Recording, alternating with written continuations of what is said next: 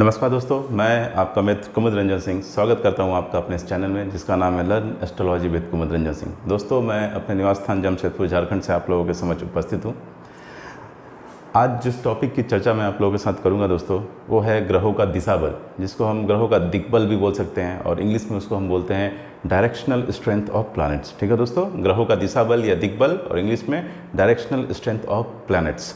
तो इससे पहले दोस्तों कि मैं अपने इस एपिसोड को स्टार्ट करूं, मेरा आप लोगों से निवेदन है कि अगर आप मुझसे नए जुड़े हैं तो कृपया मेरे सभी एपिसोड्स को देखते हुए इस एपिसोड्स पे आएँ, ताकि आपको समझने में और जो बेसिक्स और फंडामेंटल्स हैं एस्ट्रोलॉजी को उसका ज्ञान हो और इस टॉपिक को समझने में कोई परेशानी ना हो। ठीक है दोस्तों, तो चलिए दोस्तों, विदाउट वेस्टिंग एनी टाइम आज के इस टॉपिक को शुरू करते हैं।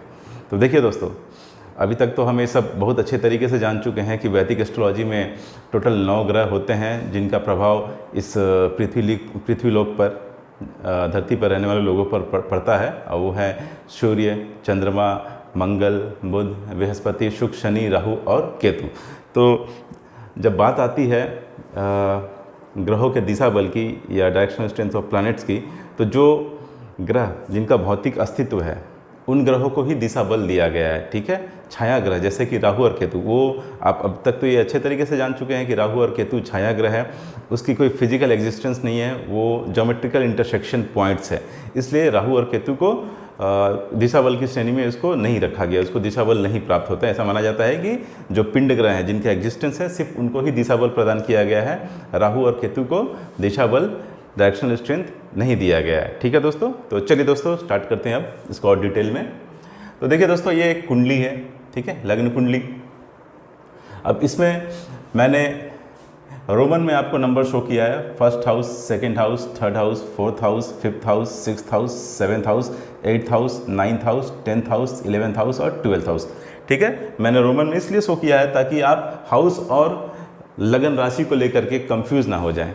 ठीक है, अभी जो टॉपिक की मैं चर्चा करने जा रहा हूँ उसका लगन से कोई उसका ताल्लुक नहीं है। ठीक है, आपके लगन भाव में 1 नंबर लिखा है या 2 नंबर लिखा है, यानी आप मेष लग्न के हैं या वृषभ लग्न के हैं या मिथुन लग्न के हैं, उससे इसका कोई ताल्लुक नहीं है। उसका ताल्लुक है सिर्फ और सिर्फ आपके हाउसेस से। ठीक है, हाउसेस से उसका ताल्लुक है, इसीलिए मैंने first house, second house, third house ऐसे करके 12th हाउस तक क्या किया आपको रोमन में लिखा है। ठीक है, 1 2 3 नहीं शो किया है, अदरवाइज आप कंफ्यूज हो जाएंगे कि शायद मेष लग्न की कुंडली है तो इसमें ऐसा होता है, वृषभ लग्न की कुंडली है तो इसमें ऐसा होता है। इसलिए मैं यहाँ पे क्या कर रहा हूँ, रोमन में लिखा हूँ ताकि आप कंफ्यूज ना हो पाए। तो देखिए दोस्तों, इस कुंडली को, ये कुंडली का जो फर्स्ट हाउस है उसको हम क्या बोलते हैं, लग्न भाव भी बोलते हैं। ठीक है, और ये क्या करता है, आपका ईस्ट डायरेक्शन को शो करता है, ये आपका ईस्ट डायरेक्शन को शो करता है।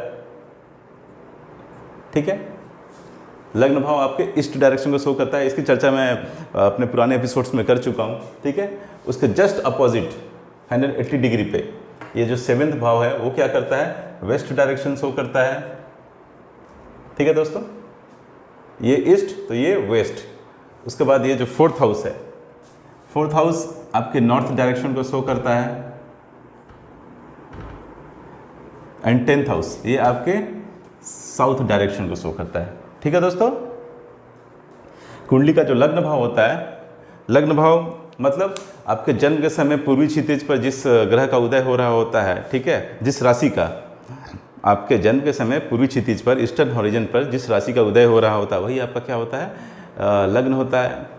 तो लग्न भाव में उसी ग्रह को लिखा जाता है, तो उसका मतलब क्या हुआ कि लग्न भाव आपके ईस्ट डायरेक्शन को रिप्रेजेंट करता है। ठीक है, पूर्व दिशा को रिप्रेजेंट करता है। उसके जस्ट अपोजिट 180 डिग्री पर जो हाउस होगा वो क्या रिप्रेजेंट करेगा, वेस्ट डायरेक्शन को।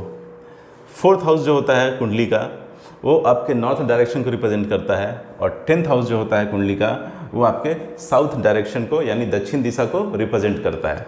तो देखिए दोस्तों,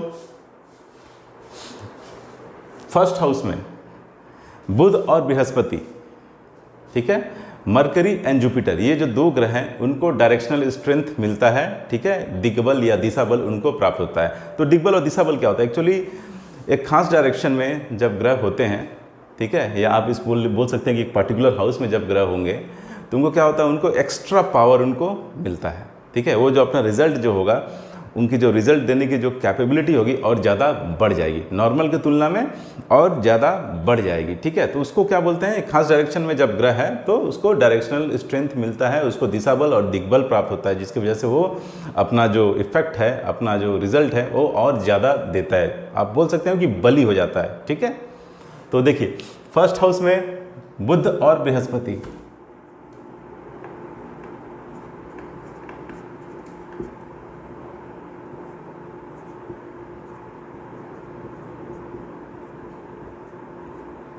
ठीक है, फर्स्ट हाउस में बुध और बृहस्पति, ये जो दो ग्रह हैं यानी मरकरी और जुपिटर, उनको डायरेक्शनल स्ट्रेंथ मिलता है। ठीक है दोस्तों,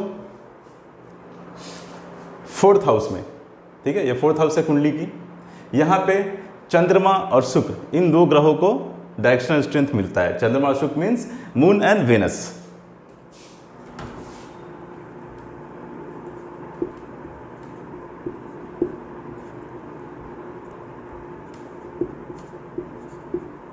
ठीक है दोस्तों, फोर्थ हाउस में चंद्रमा एंड शुक्र मीन्स मून एंड वेनस जो है उनको डायरेक्शनल स्ट्रेंथ मिलता है, दिशा बल प्राप्त होता है। सेवेंथ हाउस में शनि यानी कि सैटर्न को डायरेक्शनल स्ट्रेंथ, दिशा बल प्राप्त होता है। ठीक है, एंड टेंथ हाउस में सूर्य और मंगल, सन एंड मार्स, इन दोनों ग्रहों को क्या होता है, डायरेक्शनल स्ट्रेंथ मिलता है।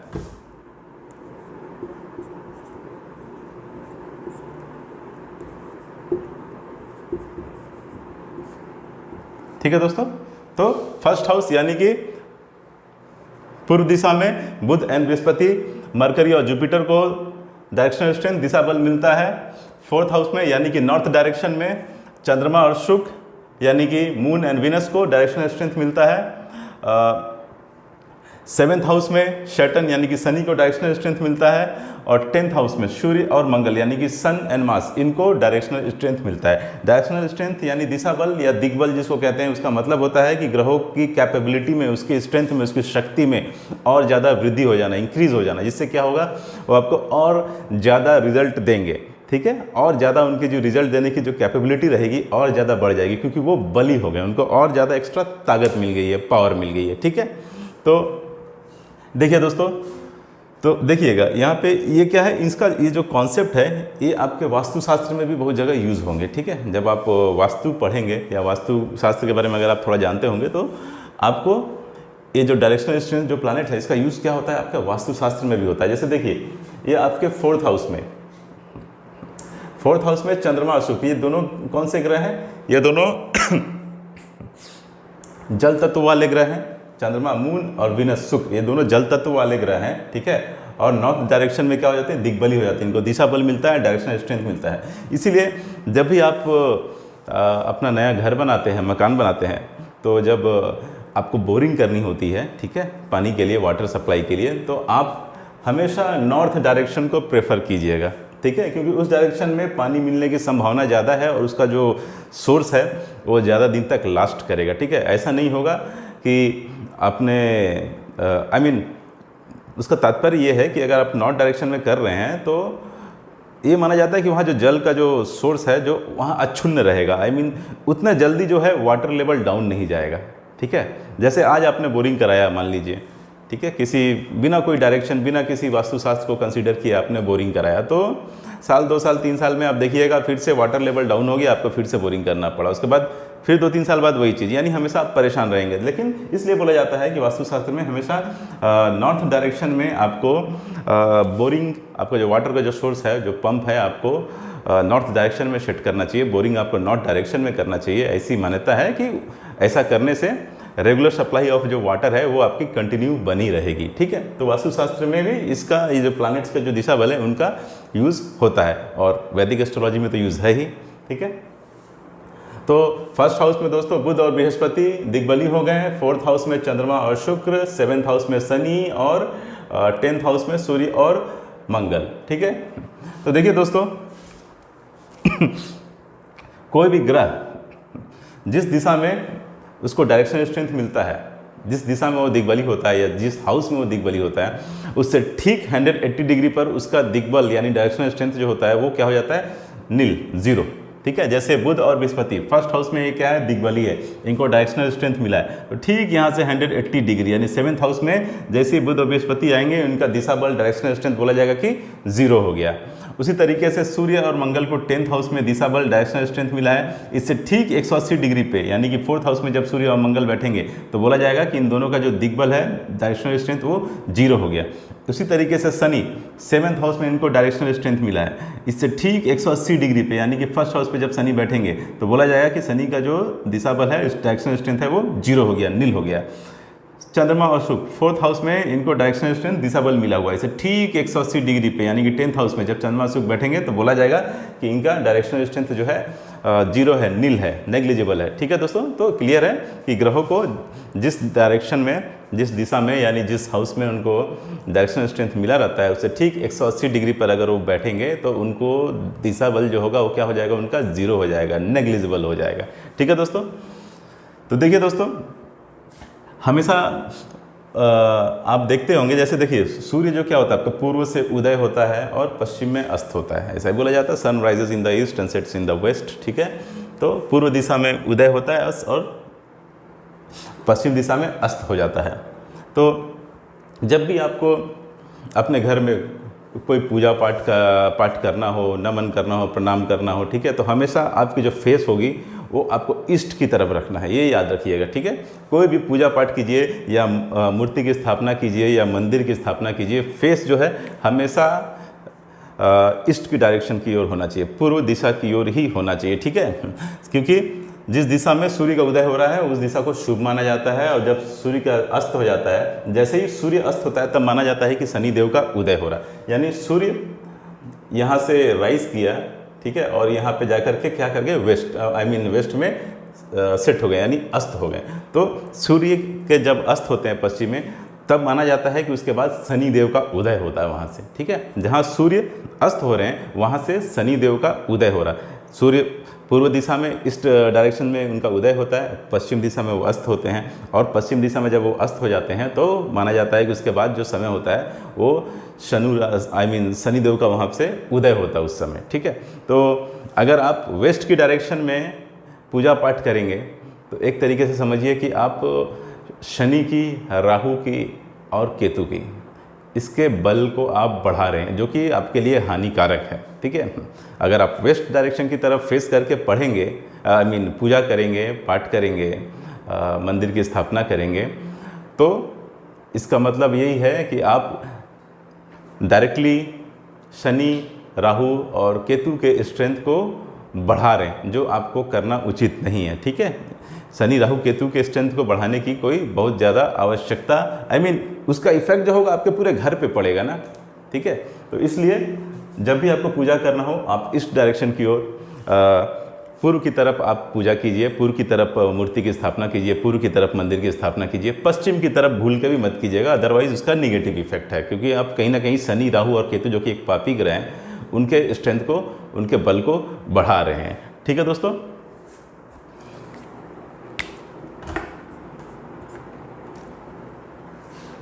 तो देखिए दोस्तों, ये जो डायरेक्शनल स्ट्रेंथ है, एक्चुअली ग्रहों के जो फाइनल जो क्या स्ट्रेंथ है, कौन सा ग्रह आपकी कुंडली में सबसे बलवान है, इसका जो फाइनल जो कैलकुलेशंस होता है वो षडबल के अनुसार होता है। ठीक है, तो ये क्या है, दिशा बल षडबल का एक पार्ट है, और इसका जो इफेक्ट है दिशा बल, करीबन षडबल कैलकुलेशंस में 15 से 20% तक जो कंट्रीब्यूशन होता है आपका ग्रहों का जो डायरेक्शनल स्ट्रेंथ है, दिशा बल है, वो कंट्रीब्यूट करता है करीबन 15 से 20% तक। ठीक है, ग्रहों के ऊंच और नीच से भी ज़्यादा इफेक्ट आपके ग्रहों का जो दिशा बल है, डायरेक्शनल स्ट्रेंथ है, उसका होता है। ठीक है, तो इसको आप अच्छे तरीके से समझ लीजिए और 2-4 बार आप इसको देखिएगा तो ऑटोमेटिकली आपके माइंड में, दिमाग में ये सेट हो जाएगी।